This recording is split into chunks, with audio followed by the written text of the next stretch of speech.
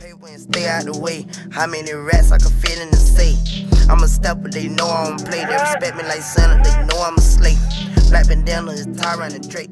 Fresh out the slammer, 2 kids on. Hey, what's going on, everybody?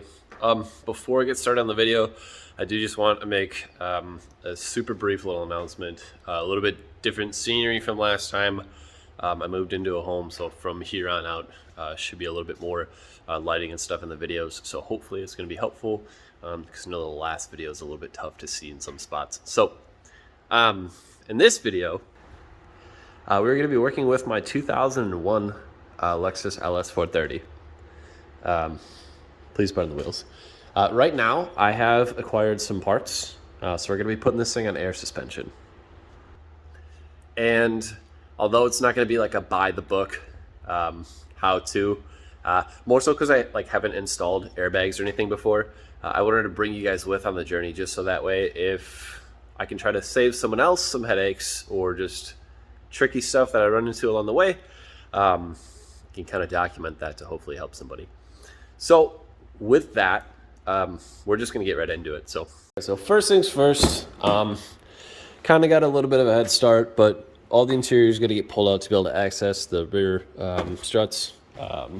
But that's kind of like where this whole deal begins, because, coming from this being like one of my better vehicles, one of the vehicles I'm more like meticulous about, I guess you could say, I wanted to kind of start with like the interior stuff because it kind of had me a little shaky. Not because it's like difficult or anything, but just because in order to get some of these panels and pieces out, as I'm sure you guys all know, pulling on like interior work and stuff like that, it's just got a lot of bad noises, like cracking and like pulling and stuff like that. And, taps and things like that break. So, here's the deal. So first thing that has to get pulled out is the seat bottom. The seat bottom itself doesn't actually have any securing hardware, and it's more or less utilizing these like retainer clips, and there's 3 of them. So that is going to be kind of a weird deal, because you're going to have to sort of grab kind of underneath between where like the passengers would sit and pull up in a pretty heavy motion on all 3 of those spots to be able to just remove it out. Once done, pull it out partially.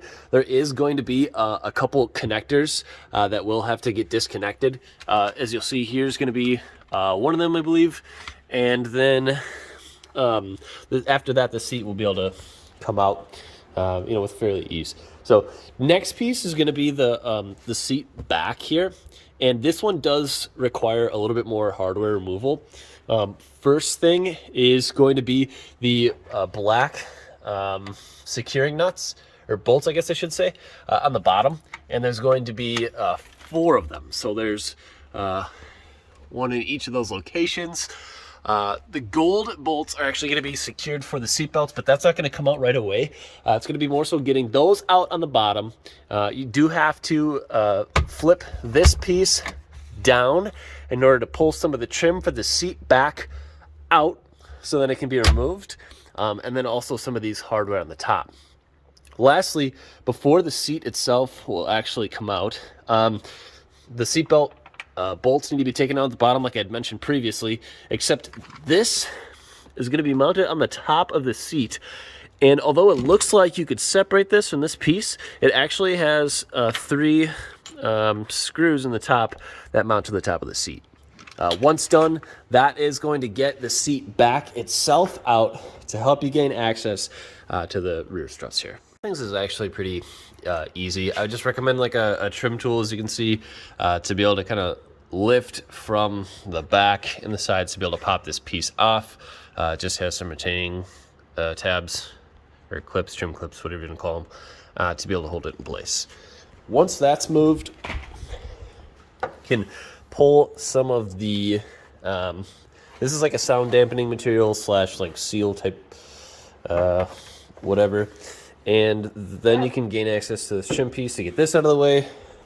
Seems silly, but end goal is to be able to get this last piece of trim, which is going to be a bit of a hat trick, and I'll show that in a minute, to really be able to get you a better way to get this off to access the struts. Okay, so let me help with this because this is kind of a tricky one. The retainer down at the bottom here, pretty decent, reasonable to get to. On this back section, I was kind of struggling a little bit. I was trying to get from the top of this piece under and pop, but what ended up working the best for me is being able to get something just between the glass and the top of this piece really carefully, and then a downward pull motion just made the whole thing just come out like butter. But on the inside, you'll see that there are a couple clips here, and then this guy. This is going to be sitting right in this hole here, and it's going to actually go, camera can't really focus, but into this hole, and then it's going to slide into a smaller hole. Same thing for the other side. So this back piece, once you kind of get it popped out, oh, I left a clip in there, that's okay. It's gonna come out like that, and then that should be the last piece. I already removed these black tabs here and here, so we should be able to just get it out from here, I believe. Okay, so we should be able to just carefully get this up and out of the way. You do want to be careful of the sub in the back. I was meddling around with this thing and I ended up just pulling the bulb out just because it's just a quick little twist release and it's probably a lot easier than trying to meddle with getting the connector unplugged. But now, there we go. You can bring it down. Get it out of the way. Okay, so once you get the headliner down out of the way, it's going to give you access to the full back of the trunk area, so that way you can pull the caps off of the top of the shock. And we're gonna do that right now, so. I'm doing this one-handed, please keep that in mind.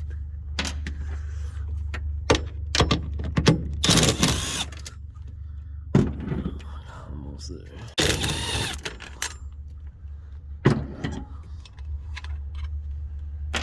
Cool. Now, who's there? There you go. Just kidding. And then in this case, I'm just gonna try to keep all my hardware in one spot. Don't really need that to go anywhere because basically it's just gonna be for pulling off the top of the shock, and then pretty much just be putting the new one in and putting it all back together. Sounds a lot easier than it is probably gonna be. So, quick little change of direction, or just, I don't know, more so kind of prepping everything I can now. I already pulled this out, by the way. It's not that easy, but I'm just getting this out of the way because I know I'm gonna have to run my management system through here.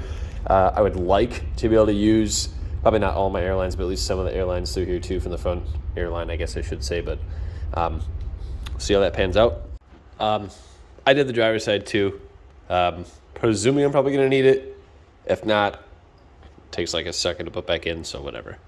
All right, I've got our harness laid out here, and it's gonna mount back to front. I think, after thinking things over, that I'm probably actually gonna start with connecting this to the manifold, and then kind of fish all of the wiring up front, because I'm gonna have different securing points to the front of the vehicle as opposed to one spot in the back. I think it just might be easier to work that way.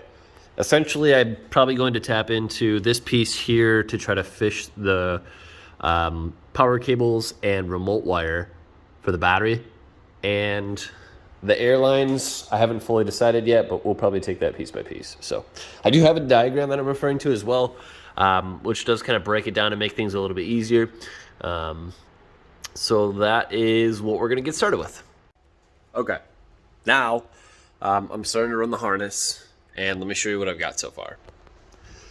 So I have pulled this panel back. There's a very nice little access hole that I've used, and it's pretty trick. I'll show you what it looks like from the back seat, but essentially I'm starting to get my harness set up back to front. This is going to be what connects into the manifold, so I'm kind of just leaving most of this stuff here and running like my power wire, remote wire, and the, well, like the controller wire. In the back, comes out super nice just under the center console here. And what I'm going to do is probably trail this harness over and then kind of under. I can tell because the hardware and stuff, with it not making contact, I've got at least that much playroom, and it sits pretty good under here. So now I'm just going to be running this, see if I can kind of fish it through up into the engine bay area and yeah, see if I can get it through the that little grommet piece. Now so far, I've got power wire, remote wire ran up from the back seat into the front seat, so I'm steady making progress. And I found out I was struggling here to try to figure out a way, especially because I'm not going from the engine bay back, to try to get this stuff up into the engine bay area. And I found out that because everything's blocked off, like every single thing. If you pull down on this bottom piece, it's got retaining tabs, which is super handy. And it does have a couple on the bottom here. It's got one on this side and one on this side. These more or less just enter a hole, and then they've got a little grabbing piece at the bottom that they'll use to hold on to. So I would suggest, you know, reinstallation of bottom first, top second. But the good part about this, I don't know if it's going to show with no flash, but essentially, okay, back with the light. Yeah, pretty much right there. There's your guy. So that is a grommet from the outside. So I'm there. I got it. Here we are. Power cables are through, and I got the remote wire through as well. What ended up working, and yeah, I'm gonna have to clean those up, but that's not too big a deal. What ended up working is I had to pull the power cables through first, and I actually used a piece of wire to fish through, and then from there was able to take the power wires that made their way through and tape the remote wire on the back side to the power cable and pull the both of them through, and then just cut the tape off, and then here we are now. So harness, the worst part is over. Still have to run the controller wire, and then I think we're ready for the next step.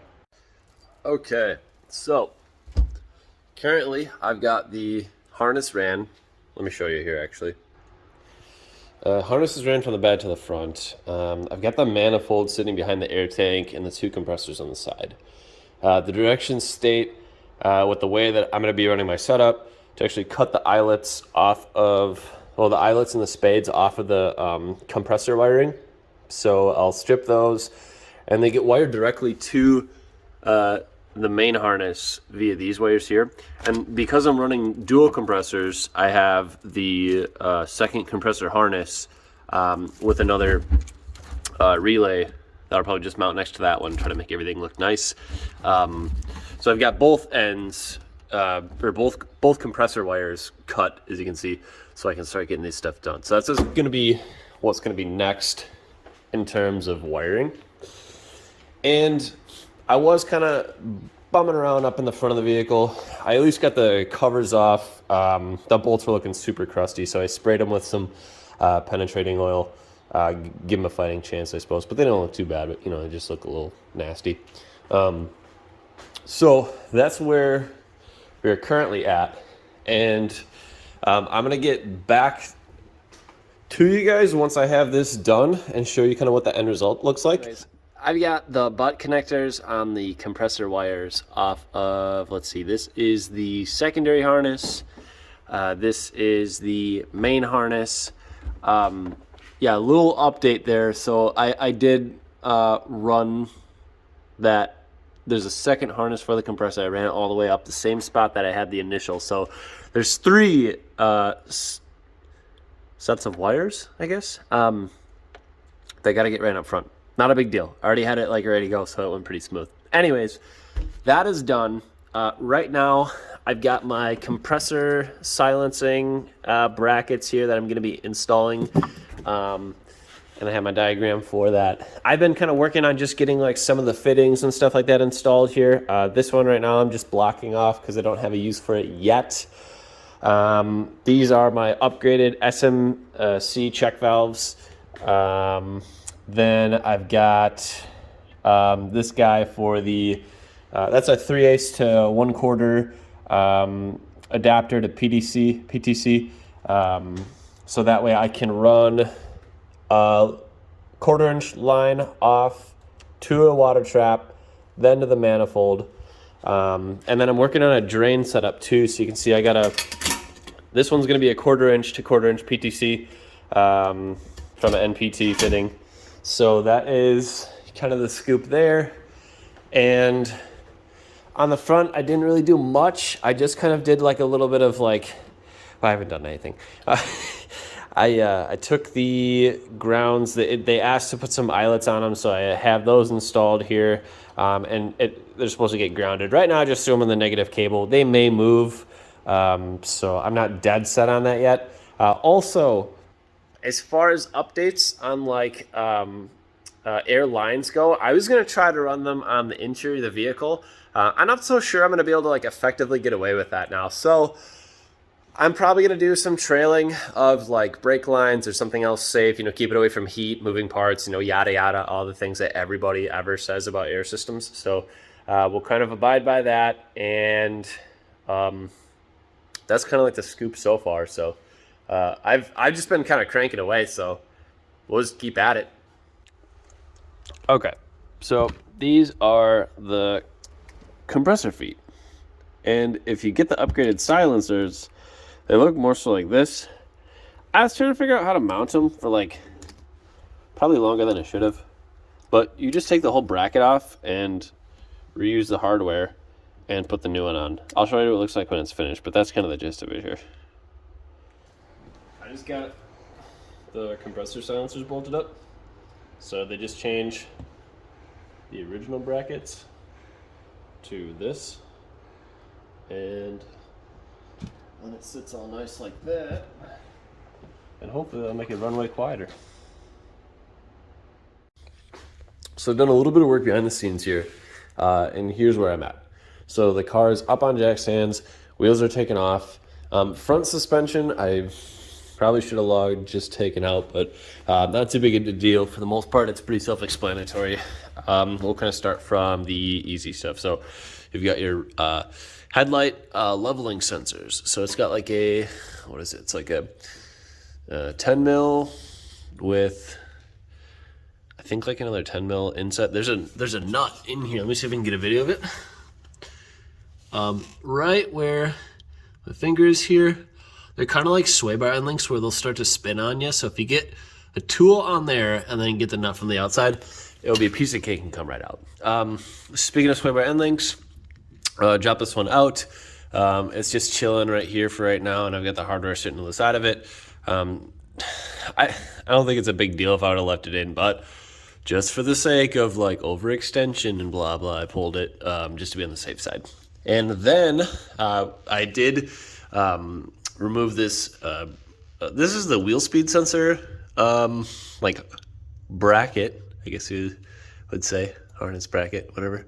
And just mind that and your brake line when you do this, because you're going to be pulling the upper control arm, and these things will want to just kind of like drop out on you. Or if they got, like every ball joint, if they've got definitely some matage going on, between the metal surfaces. Usually when you get them separated, it'll be like a good crack, so just be ready. And in terms of getting that out, grab yourself one of the like a puller kit. This one is pretty cheap and inexpensive. Don't really care about beating it up, so if it falls apart or breaks on me, not a big deal. I'm not really pulling them too much, but they're good to have laying around just in case you need it. So then at that point, right, you get back to everything. I always pull your bottom bolt and everything first. You can see at this point I have mine put back in. It's not like torqued or anything, but it's just in there to kind of hold everything together. Once that's loose, then you pull your top bolts. So that's gonna be up here.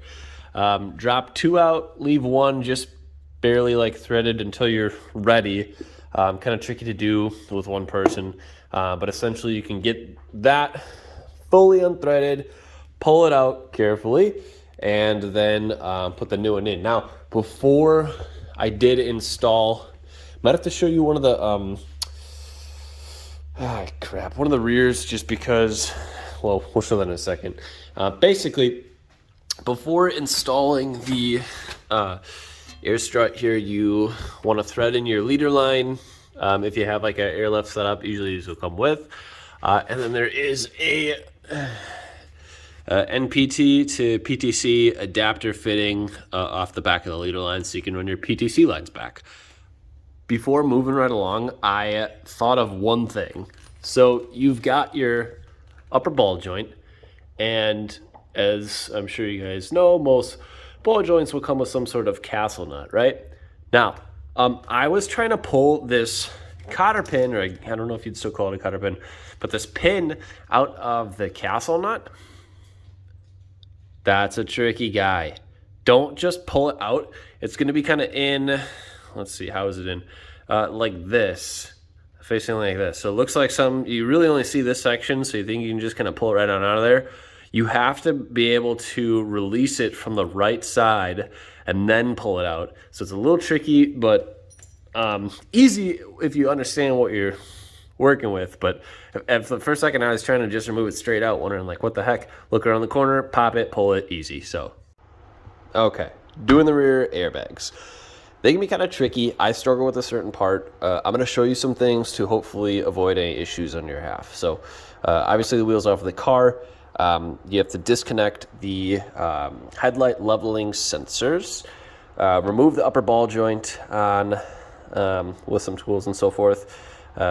Take out the lower mounting nut for the shock absorber. Remove the cap on the top of the shock absorber, and then the top of the shock absorber itself. Sounds easy, can be a little tricky. Now pulling the rear shock bolt.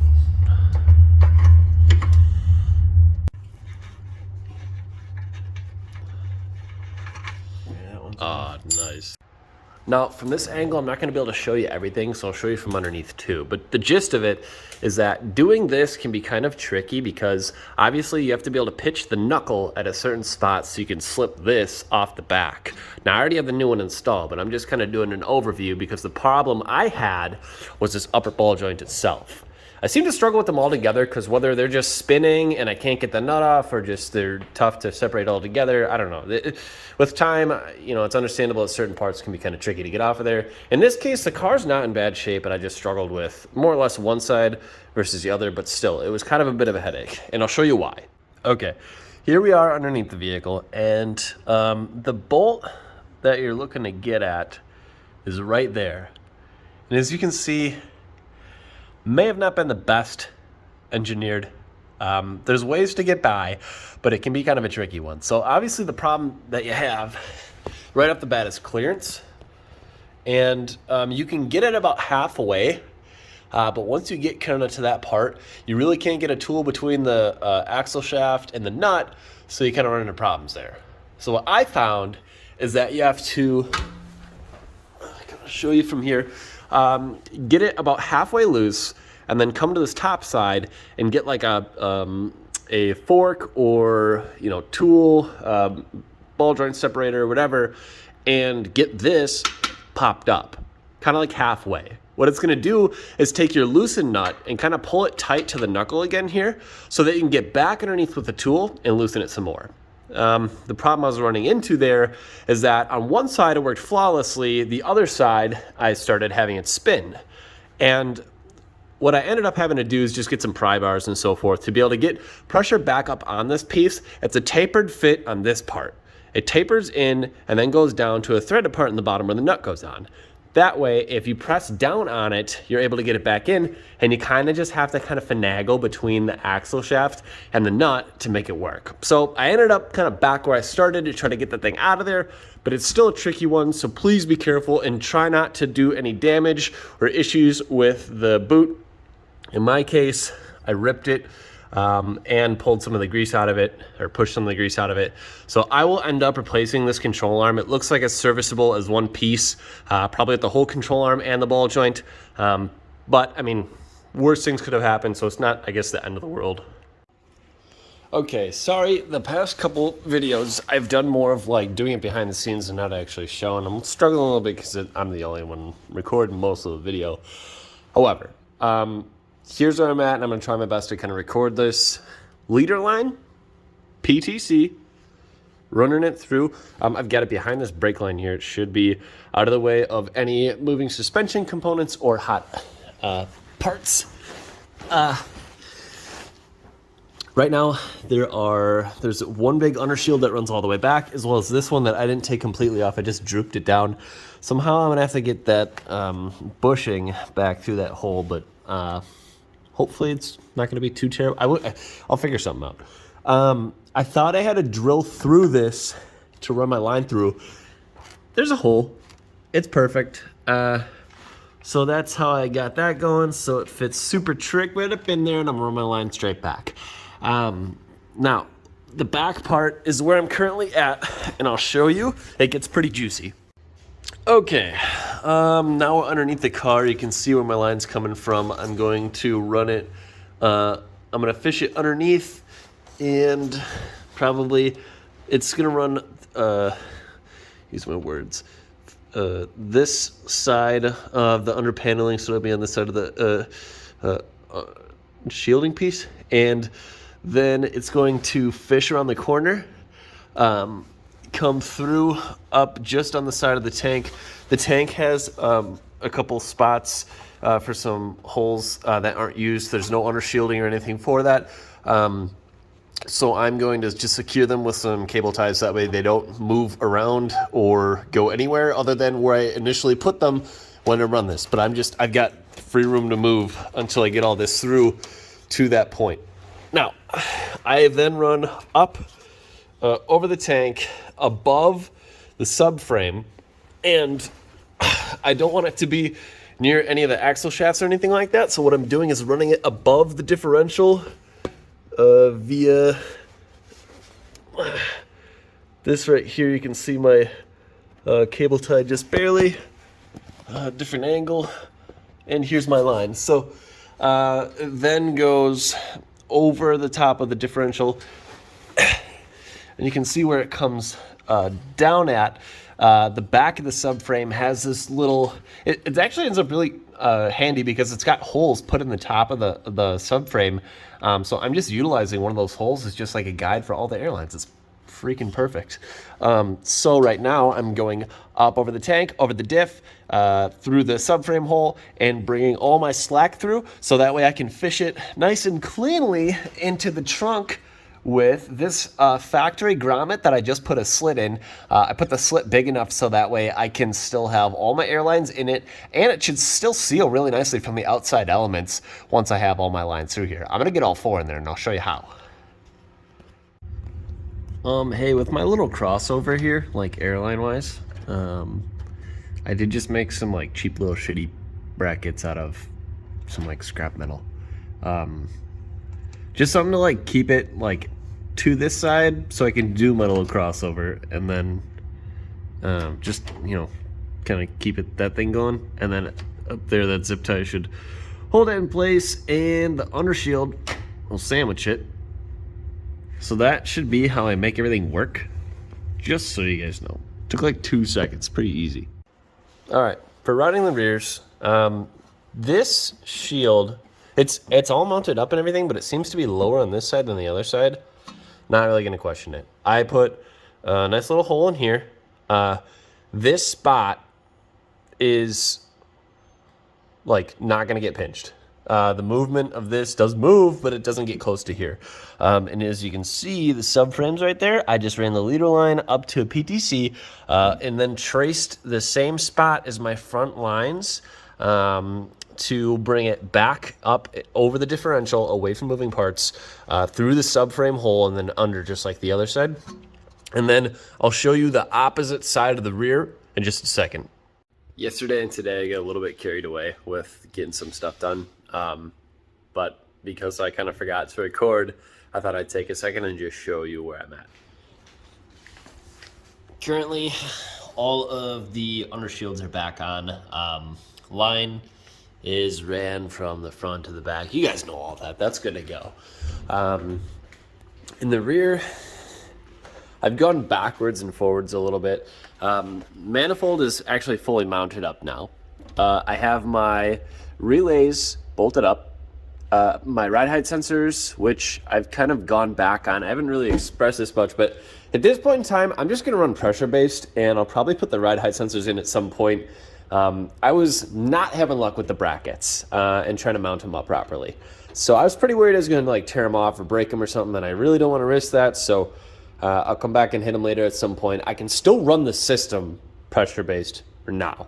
This will get me going, and all I have to do is implement the ride height sensors at a later point. Go ahead and get it all sorted, and I still have the grommet that I can use to tap into all that stuff. So that's perfect, and it's like a factory spot, so it works great. Lines are ran through. I had them attached to the manifold. I pulled them off because I'm going through some layout stuff and get everything all dressed up nice with that, and you'll see that in a second. I just labeled my lines so I can't get them mixed up. I made, and oh, you guys will see, I do have the power wires for the compressors cut. No more connectors. I don't know what the heck I was thinking. I didn't have the compressors hooked up to the tank, so I am, well, now they're hooked up to the tank. That's just, I'm gonna move them around, jostle them, get them all set up until I have them in their final resting spot. At that point, I'll just rewire them. And then you'll see my little water trap, and pardon my total like fuck up getting this drilled out, but whatever, I really don't care. It's for one reason only, and that's just for like a drain port for the tank itself. So fits kind of flush. You'll see it on the underside. Kind of uses a sweet little existing grommet that I was able to just tap into. Ends up bricking up pretty nice. And then you may see my ugly self-tapper, but my water trap drain. So, 2 exterior drains would be really easy for maintenance. A good way to try to keep all the moisture out of the system. Keep this thing in fantastic shape. And I've just built a custom little 90L bracket to secure the water trap to. The water trap itself comes with this bracket that I just put together, and then I've got my 90Ls to PTC to run from the tank and then to the manifold.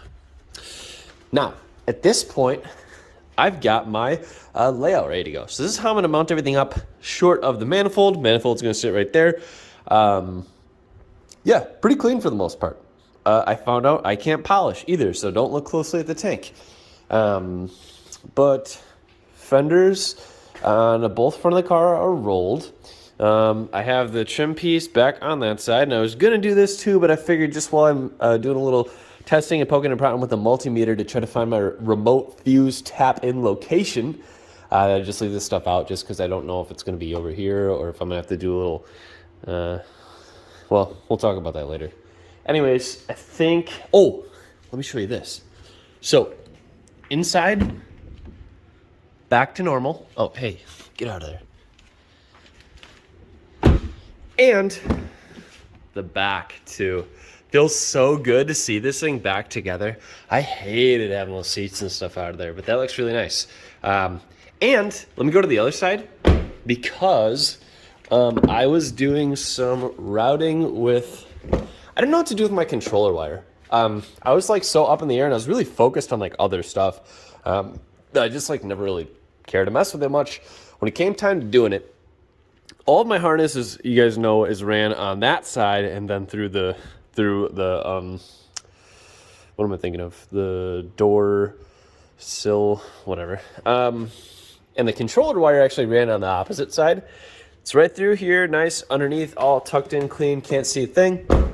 And up here, believe it or not, it runs through and across and comes up. And still not the best ideal situation. What I really wanted to do, and I'm just so bugged that it didn't work, don't mind that, is be able to run this right inside of here. But this piece itself is just too dang wide. And so what it does is it causes this thing to not shut properly and everything. But man, that would have been the coolest little just... So whatever. I'm going to grab a bracket, or no, not a bracket, a mount. Yeah. And just see if I can just have it mounted like here with like a little stand or something for it. Kind of out of the way, still near me. I still want functionality of all this stuff, and I can't use the back half because of the cup holder and like all the other stuff going on with this, so it's really like my only area to work with. I was contemplating this too. This would have been a sweet hideout spot, but it's just not big enough either, which freaking sucks. Airlift, make a smaller controller. Come on. So, right after I said I was going to try to show more of doing stuff instead of just show you the aftermath. But that way you guys at least know. Let me tell you, I was through some stuff, man. There's some silly hangups that just took forever and ever in a day. That and keep thinking I'm like getting close, and a lot of little bits and pieces that are worth taking your time. So definitely take your time doing that stuff.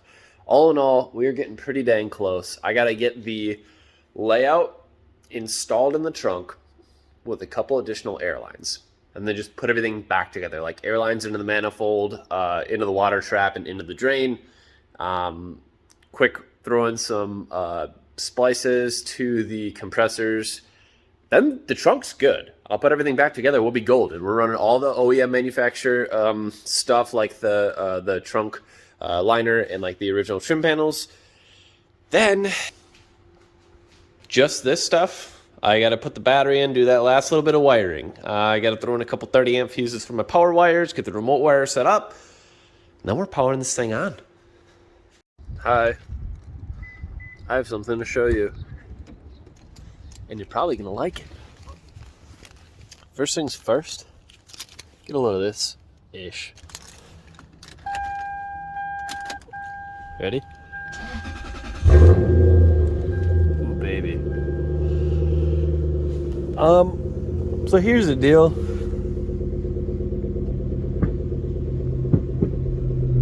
Deal with it. No, I'm just playing. Yeah, it works. Let's start off with a controller mount, because this is like cheat code city. I was thinking, how the heck am I going to mount this thing? Decided I'd probably just buy some scrap metal and just make some myself. It's not a finished product. I'm still going to change a couple things, and I think the main thing is here, the wind's going to shut this for me because we got like 70-mile-an-hour winds for no absolute reason. So I'm probably going to cut this tab out and bend this piece up, and then just kind of make it square off a little better, kind of fit this thing nice and snug. But believe it or not, this thing doesn't really like fall off of here, which is cool. I'm going to tidy some other stuff up, and it might paint the actual metal itself, just so if you see it, it looks kind of nice, because you can sort of see it from this side. But anyways, it's clean, it's out of the way, and I'm not having to drill into stuff, which is kind of like a win all around. Can you hear that? It's not much cabin noise. It is some, but I can live with it. The compressors are gonna, there you go. I got them set pretty high, and my duty cycle for my compressors is turned down. So essentially they'll compress the crap out of the tank and get a bunch of air put in there, and then they'll quit for a while. And that makes me feel good because I have a lot of air on demand, so I can air up with ease, nice and quick. And when I, after I air up, air out and all that stuff, the compressors will do just like one good run, and then it'll be good for a while. So, and that way I'm not overworking the compressors either, which will be pretty sweet. Now, I'm going to show you some outside stuff, but like I said, the wind is like ridiculous right now, but I got to show you the last couple things that I did to really get this thing finished up. So let's go check it out. Under hood, I was checking fuses, trying to find my remote power location. Don't use any of those. They're hot. And I was wondering why the compressor wouldn't shut off. Well, they were getting power all the time. What I had to do is run the remote wire around the weather seal and bring it through into this guy and fuse. I don't know if these have numbers. No, they just have the amperage. I used my 30 amp wiper fuse right in the right there, as you can see, and it fits nice and clean out of the way. I have it ran on the harness so you can't see it, so it's tucked really good. As for the back, keep in mind, I don't have a trunk layout yet, and some of this stuff will probably change, like when I add my ride height sensors, and eventually I'll probably build a trunk layout that looks a little nicer than this. But for throwing this thing together and getting it running, it's really not half bad. Not a fan of the slit I did make in the carpet, but short of that, everything's pretty halfway decent. This guy kind of pops up. Bring this dude here.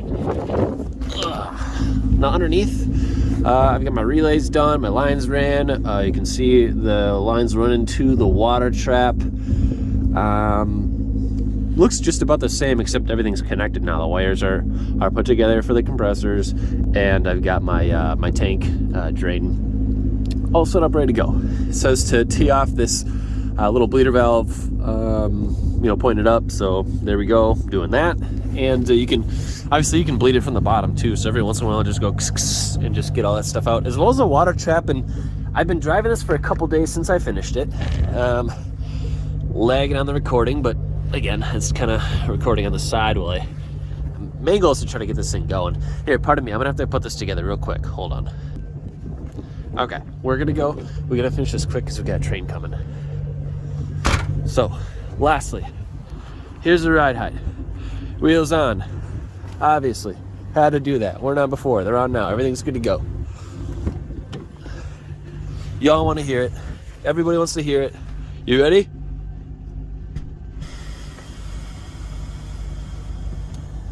Oh my gosh. Let me tell you, that doesn't get old. I have it set to manual right now. Don't worry about that. Now you get to see the dirty 430 on the dang ground. How's that? Sitting good too. I'm gonna start screaming because this guy's just flying through here. Whatever. Yeah, so did it. Had some trials and tribulations.